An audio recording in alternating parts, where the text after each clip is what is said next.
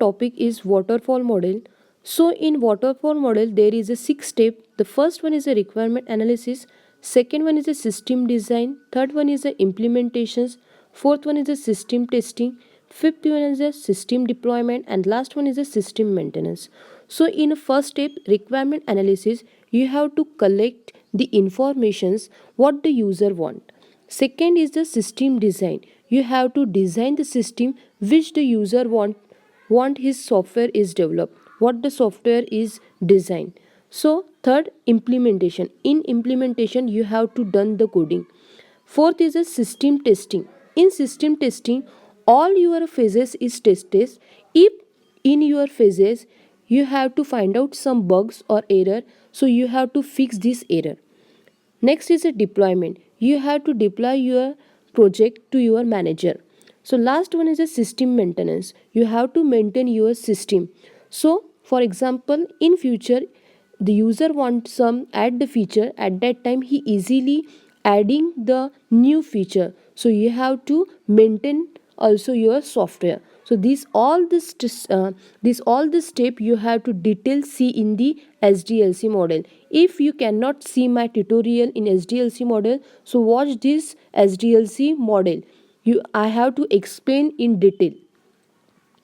So content is what is the waterfall model and advantages and disadvantages. So what is the waterfall model? The waterfall model was the first process model to be introduced.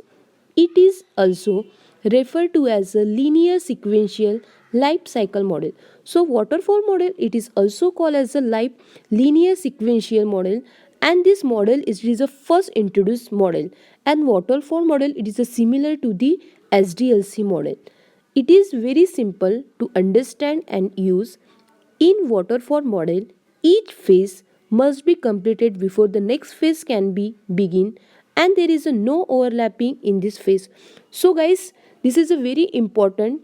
If the requirement phases is done, then the next phases is started. If there is a no allow the overlapping.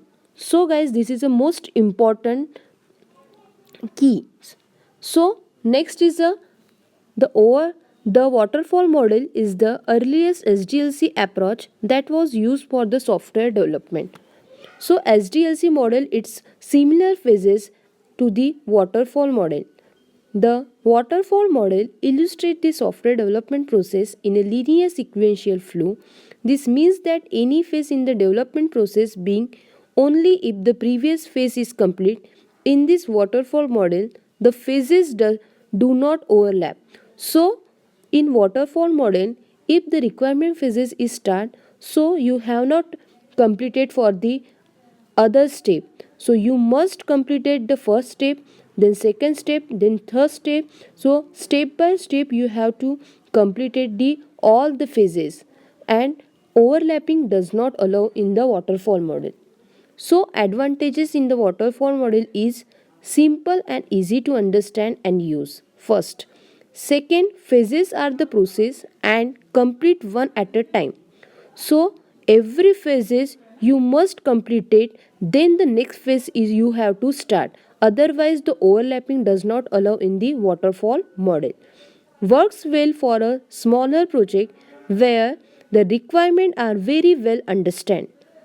So it is advantageous, it is a simple, and you have to identify the smaller project which the requirement of the user you have to easily understand.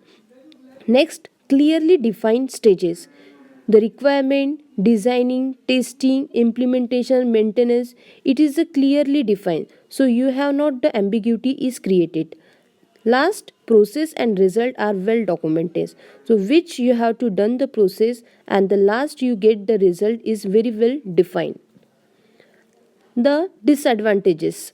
Poor model for long and ongoing project.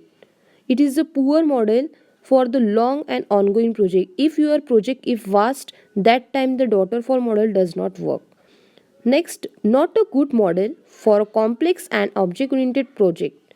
It is not a good model for the complex, because sometimes your project is a very vast and very long, so that time this model does not work. Third is a high amount of risks and uncertainty. So sometimes it is a risky. It is a difficult to measure the progress within a stage. So it is identify and it is difficult to measure the progress within the stages.